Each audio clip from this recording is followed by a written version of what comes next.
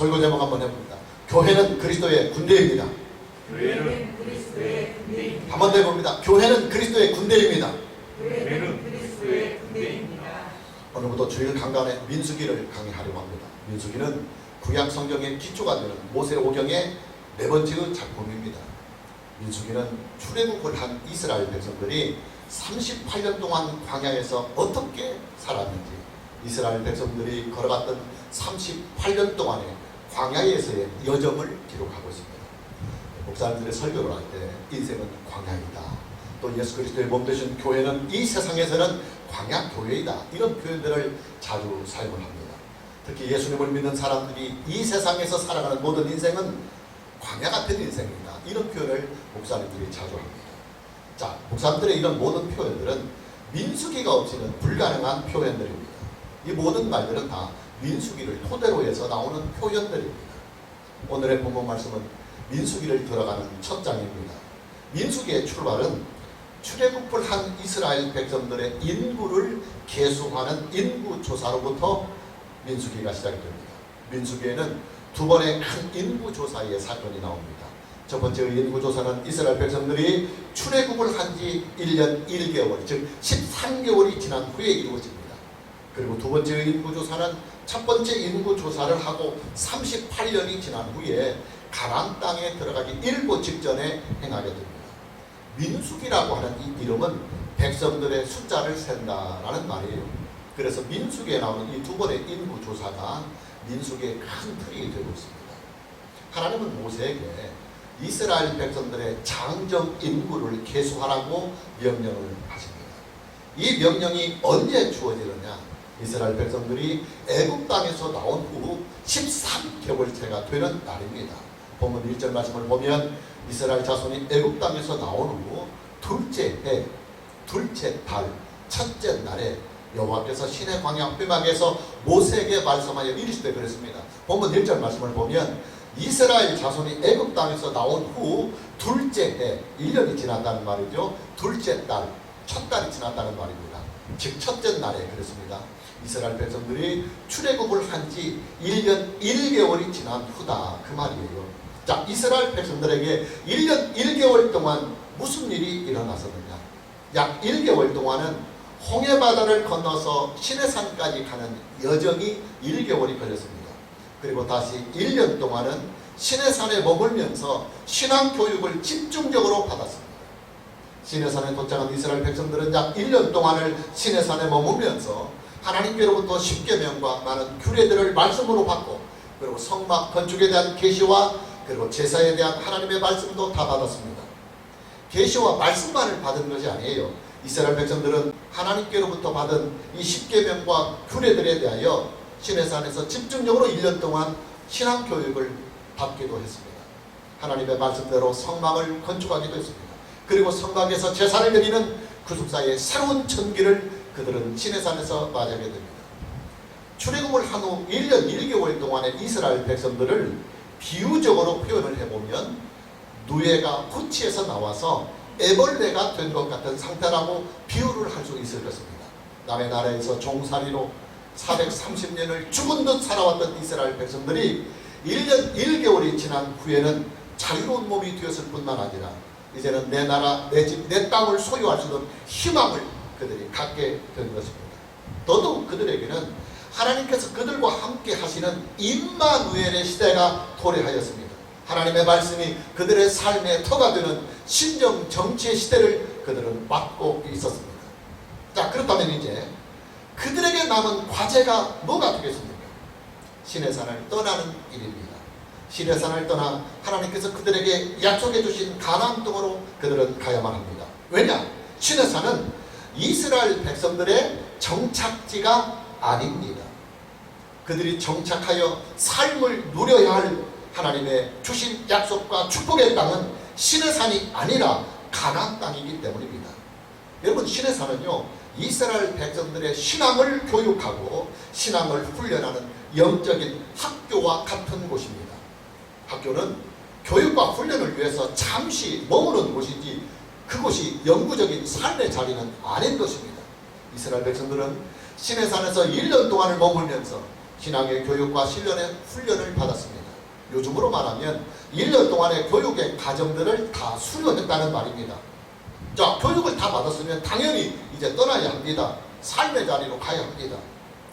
이단들의 특징을 보면 그들은 어떤 명분을 내세워서라도 교인들을 교회당으로 불러들이려고 합니다. 그래서 교회당 안에서 교인들을 막 살게 하려고 합니다. 교인들을 매일같이 거의 불러대서 교회당에 머물게 하면서 성경 공부다, 뭐 특별 교육이다, 집회다, 또 전도다, 봉사다 해서 일주일을 풀타임으로 교회를 위해서 봉사를 하게 합니다. 그러니 여러분, 이런 이단의 집단에 한번 빠져들면요, 가정들이 어떻게 되겠습니까?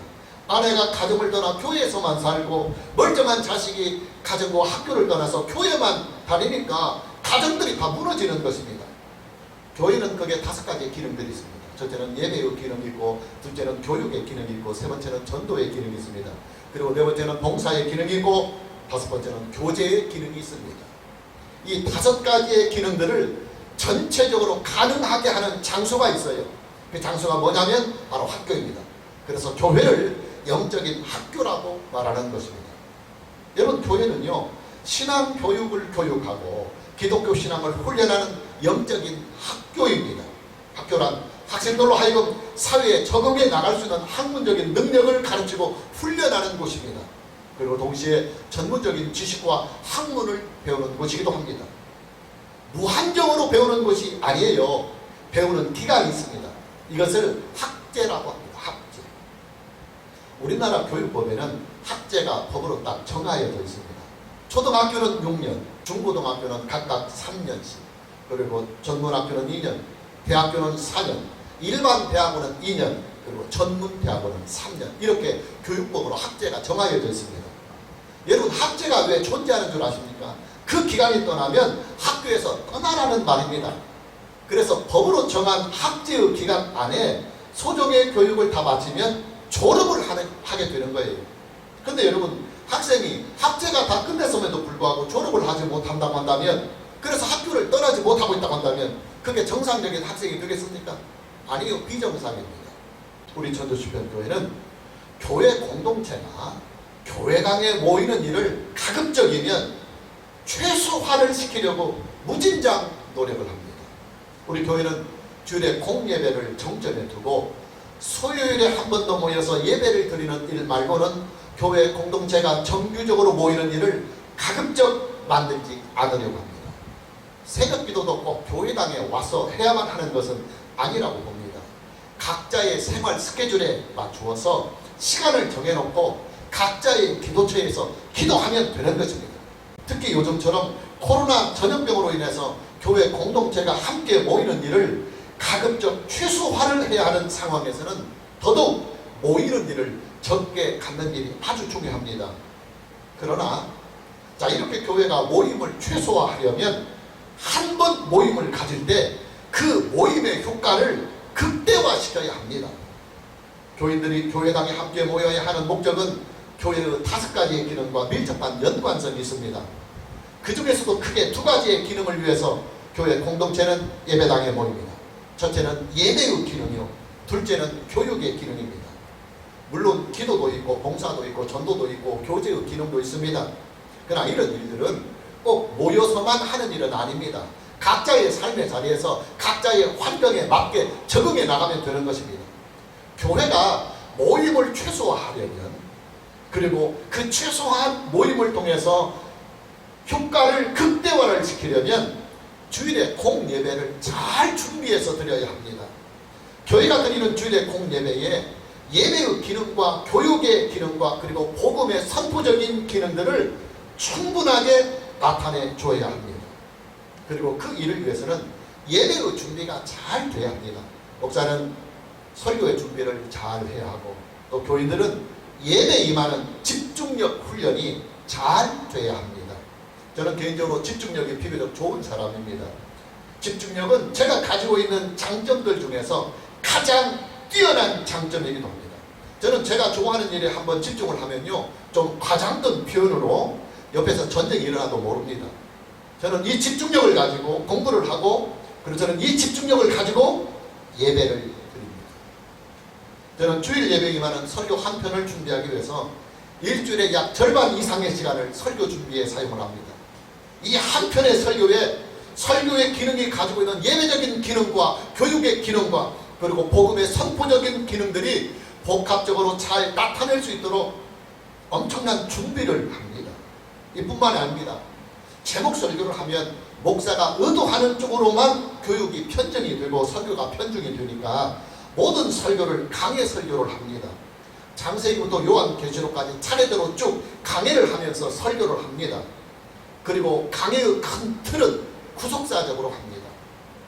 절기 설교조차도 따로 준비하지 않습니다. 절기가 되어도 저는 하는 강해 설교를 계속해 나갑니다.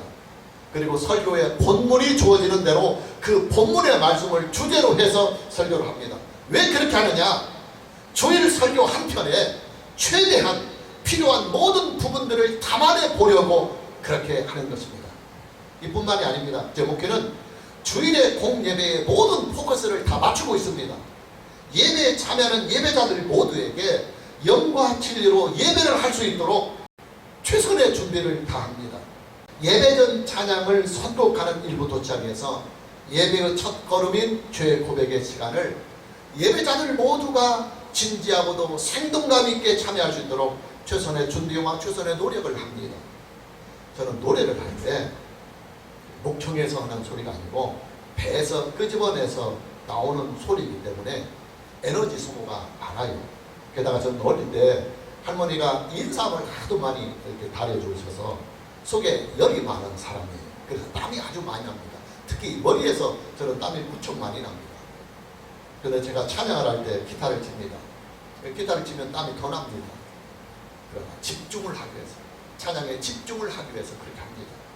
감사하게도 우리 전주시편교회는 예배자들 모두가 예배에 임하는 마음의 제사가 비교적 잘 훈련이 되어 있습니다. 그리고 최선을 다해서 예배자들 모두가 주일 예배에 임하고 있습니다. 여러분, 저와 여러분이요, 이렇게 최선을 다하는 주일의 예배를 드리면요, 주일의 예배 이 한 번으로도 교회가 가지고 있는 예배적인 기능과 교육의 기능과 복음 선포적인 기능들을 충분하게 커버할 수 있다고 봅니다. 성도들을 자주 예배당으로 불러내지 않아도 충분히 하나님의 은혜 안에서 믿음으로 살 수 있는 건강한 믿음과 건강한 인생을 세워 나갈 수가 있다고 봅니다. 물론 이런 반론이 있을 것으로 예상이 됩니다.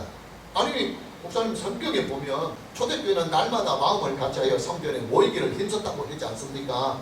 또 성경에는 모이기를 피하는 어떤 사람들의 습관과 하지 말라고 하는 말씀도 있지 않습니까? 하고 반론을 제기할 수도 있을 것입니다. 물론 사실입니다. 그러나 우리는 이것을 알아야 합니다. 여러분, 초대교회는요, 몇 가지 면에서 과도기였던 시기였습니다. 첫째, 초대교회는 신약 성경이 온전하게 갖추어지지 못한 시기였습니다. 초대교회는 신약 성경이 이제 막 집필이 되고 있는 시기였습니다. 신약 성경이 초대교회 전체에 주어지지 못했던 시기였습니다. 신약 성경이 초대교회에 아직 온전하게 갖추어지지 못하여졌다고 하는 이 말은 구약 성경을 예수 그리스도 안에 있는 구속사로 해석하는 일에 상당한 어려움이 있었다는 말이에요. 더더욱 평신도들에게는 그 어려움이 아주 심각했습니다. 그럼 신약 성경이 없으면 무엇으로 구속의 복음을 알게 되느냐? 방법은 한 가지입니다. 사도들의 가르침을 받는 일입니다. 사도들의 가르침이 유일한 탈출구였습니다. 사도들의 가르침을 받으려면 어떻게 해야 하느냐? 사도들이 있는 곳으로 가야 합니다. 사도들이 어디에 있느냐? 예루살렘 성전에 있거나 초대교회 공동체가 모이는 예배의 처소에 있었습니다. 그래서 초대교회는 사도들에게서 구속의 복음을 들어야 하기 때문에 예루살렘 성전에 자주 모이거나 아니면 교회 공동체가 모이는 예배의 처소에 자주 나갈 수밖에 없었습니다. 그러나 지금 우리는 신약 성경이 완성이 되어서 우리 손에 와 있습니다. 그리고 신약 성경을 지도해 주시는 성령이 우리 안에 내주하여 계십니다. 그렇기 때문에 지금 우리는 주일의 예배를 통해서 성경의 전체적인 맥락을 잘 지도를 받으면 얼마든지 우리는 각자의 삶의 처소와 가정에서 신약 성경과 성령 안에서 예수 그리스도의 구속의 복음을 충분하게 만날 수가 있는 것입니다. 둘째, 초대교회가 자주 모였던 배경에는 긴박한 종말론의 영향이 있었습니다. 여러분, 초대교회의 사도들과 성도들은요, 세상의 심판과 예수님의 재림이 그들이 생존하고 있는 그 시대에 임할 것이다, 그렇게 기대하고 있었고 그런 믿음을 가지고 있었습니다. 그렇기 때문에 초대교회 성도들은 예수님의 재림을 준비하기 위해서 거의 매일같이 모였던 것입니다. 자, 이단들이 가지고 있는 공통적인 특징이 있어요. 뭐냐면 임박한 종말론을 가지고 가르칩니다. 여러분, 만일에요 예수님의 재림이 며칠 후에 혹은 몇 달 후에 길어봤자 1, 2년밖에 남지 않았다고 가정을 한번 해본다고 한다면 아마도 상당한 교인들이 거의 매일같이 예배당에 모여서 예수님의 재림을 준비하지 않을까 하는 생각을 합니다. 그러나 여러분, 예수님의 재림은요, 하나님의 은혜 안에서 오직 믿음으로 맞이하는 것이지 우리의 노력이나 우리의 의지나 우리의 열정으로 예수님의 재림을 맞이하는 것은 아닙니다. 우리의 구원이 오직 하나님의 은혜 안에서 믿음 하나로 구원을 얻는 것처럼 우리가 하나님께 의롭다함을 얻는 것이 우리의 행위나 의가 아니고 오직 하나님의 은혜 안에서 예수 그리스도를 믿음으로 말미암아 예수 그리스도의 의와 우리가 연합이 되어서 의롭다함을 얻는 것처럼 재림 또한 예수님의 재림 때 우리는 오직 하나님의 은혜 안에서 예수 그리스도를 믿음으로 말미암아 예수님을 영접하고 의의 부활에 이르는 것이지 우리의 노력이나 의지나 열정은 아닙니다.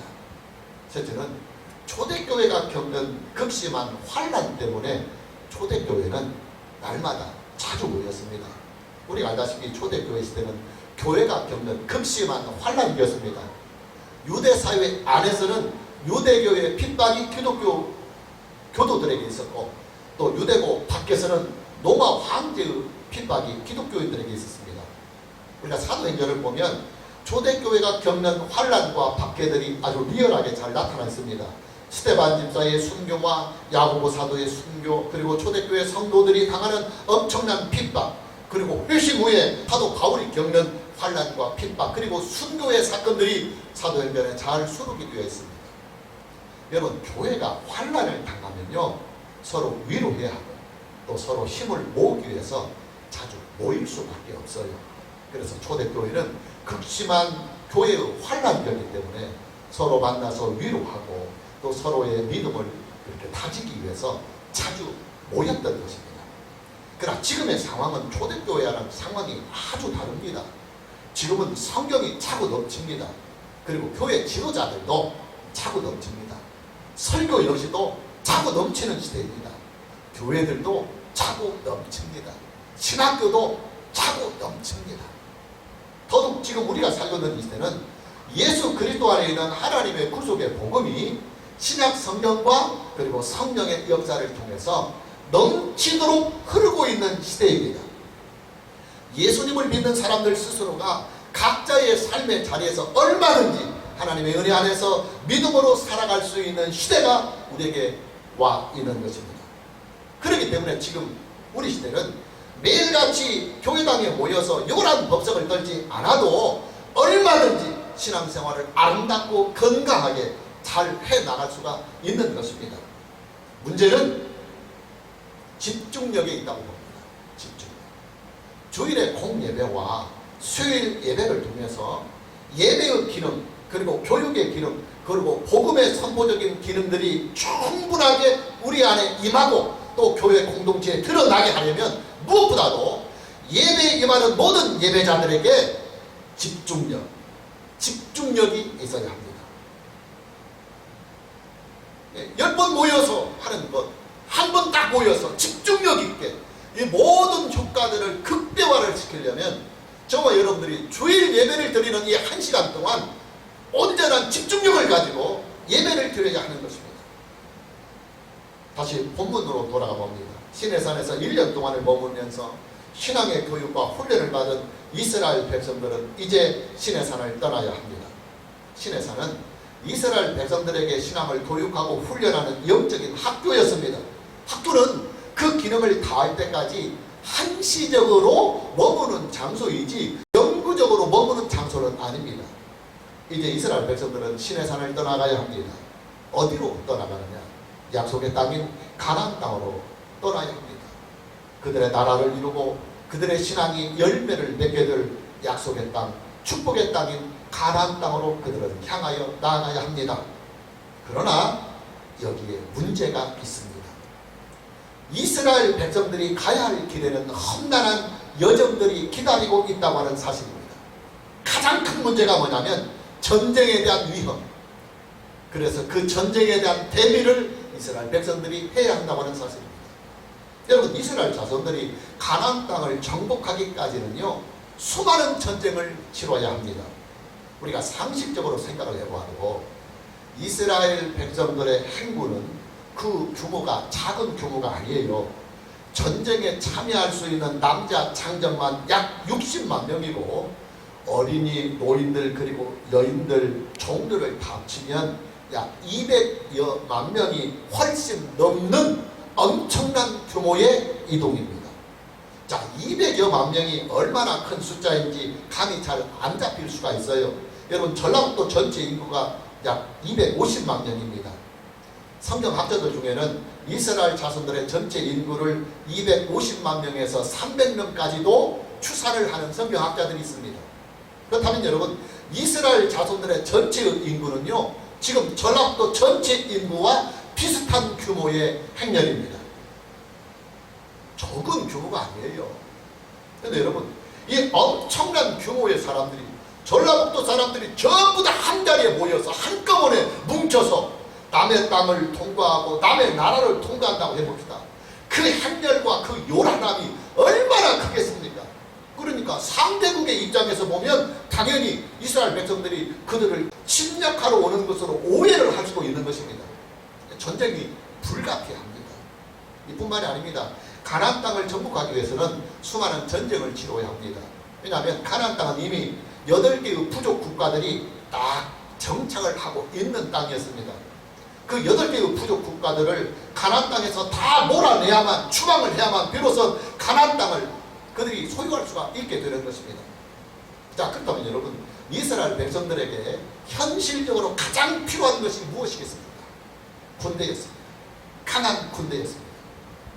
시내산을 떠나 가나안 땅으로 출발을 해야 하는 이스라엘 백성들의 장정의 숫자를 계수하라고 하는 하나님의 명령이 바로 여기에 있는 것입니다.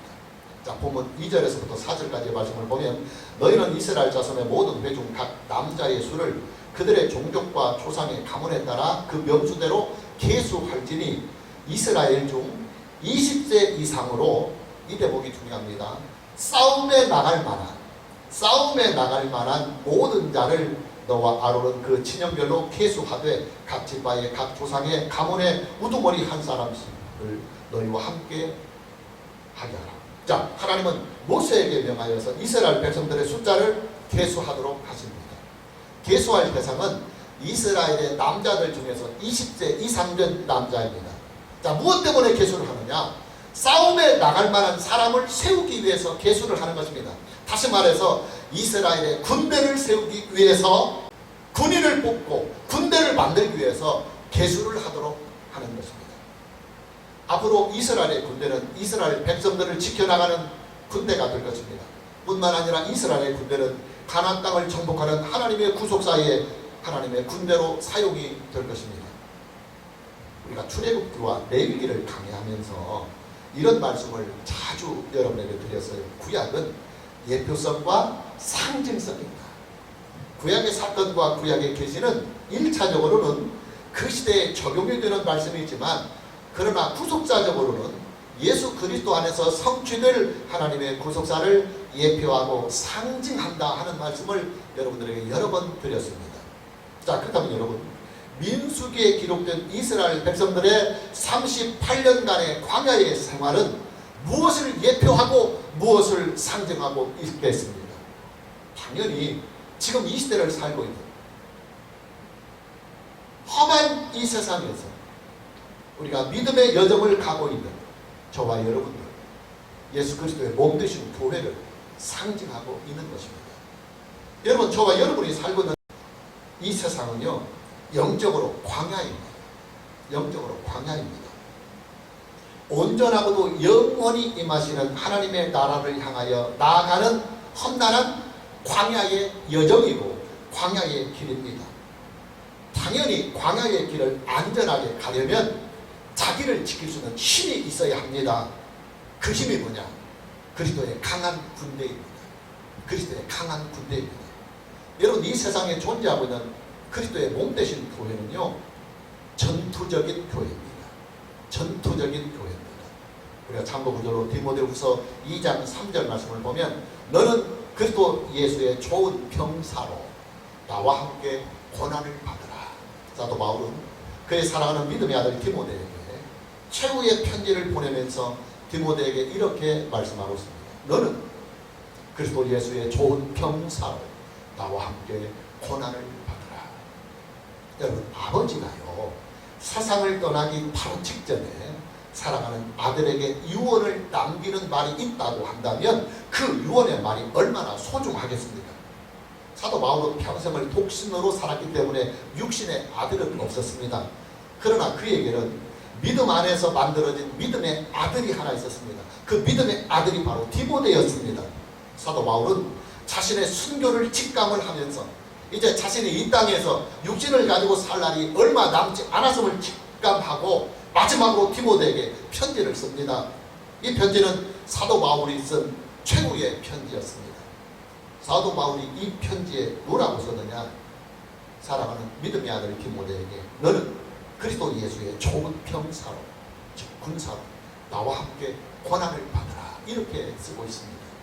사도 바울은 그가 가장 사랑하는 믿음의 아들에게 너는 그리스도 예수의 좋은 병사가 되라 하는 유언을 마지막으로 남기고 있는 것입니다. 여러분, 저와 여러분이 살고 있는 이 세상은요, 미안하지만 우리의 영원한 처소가 아닙니다. 하나님께서 우리에게 주신 약속의 나라, 약속의 땅이 아닙니다. 자, 그럼 지금 저와 여러분이 살고 있는 이 세상은 뭐냐? 광야입니다. 약속의 나라, 약속의 땅, 약속된 생명으로 나아가는 여행길입니다. 그러기에 우리의 삶은 전투적인 삶입니다. 우리의 믿음은 전투적인 믿음입니다. 우리 주 예수 그리스도의 몸 되신 교회는 전투적인 교회입니다. 우리가 싸우는 대상이 누구냐? 첫째는 죄입니다. 우리는 날마다 우리 안에서 우리 자신들을 유혹하고 우리를 넘어뜨리려고 하는 우리 안에 있는 이 타락한 본성과 날마다 우리는 믿음의 선한 싸움을 싸우며 이겨나가야 합니다. 그리고 둘째는 악한 세력과의 싸움입니다. 이 악한 세력은 영적으로는 사단의 세력이요, 그리고 현실적으로는 이 세상의 타락한 가치관, 그리고 이 세상의 타락한 문화와 때로는 타락한 국가 권력과의 싸움이기도 합니다. 민수기는 오늘을 살고 있는 우리에게 예수 그리스도의 군대인 신약의 교회가 어떻게 세상을 이기며 또 죄를 이기며 약속의 나라에 참여할 수 있게 되는지 그 길을 우리에게 제시해 주고 있습니다. 그 길이 뭐냐? 첫째는 믿음의 길입니다. 우리가 예수 그리스도 안에서 성령을 의지해서 하나님의 말씀으로 믿음의 길을 가면 그 믿음이 우리를 든든하게 이기게 합니다. 둘째는 믿음은 순종을 통해서 입증이 되고, 그리고 순종을 통해서 그 결과가 나타나기 때문에 우리가 하나님의 절대적인 명령과 하나님의 말씀인 신구약 성경 66권에 순종하며 살아가는 길입니다. 오늘 저와 여러분 모두에게 믿음으로 사는 은혜가 있기를 주님의 이름으로 축복합니다. 그리고 남은 인생을 하나님의 말씀에 순종하면서 믿음과 하나님의 말씀을 통해서 이 세상을 이기고 우리 안에 끓어오르는 죄악을 이기며, 그리고 타락한 이 세대를 이겨가면서 우리의 인생의 마지막의 결론이 오직 예수 그리스도 안에서 영생을 누리고 완전하고도 영원한 구원의 자리에 참여할 수 있는 이 은혜가 있기를 주님의 이름으로 축복합니다. 찬양합니다.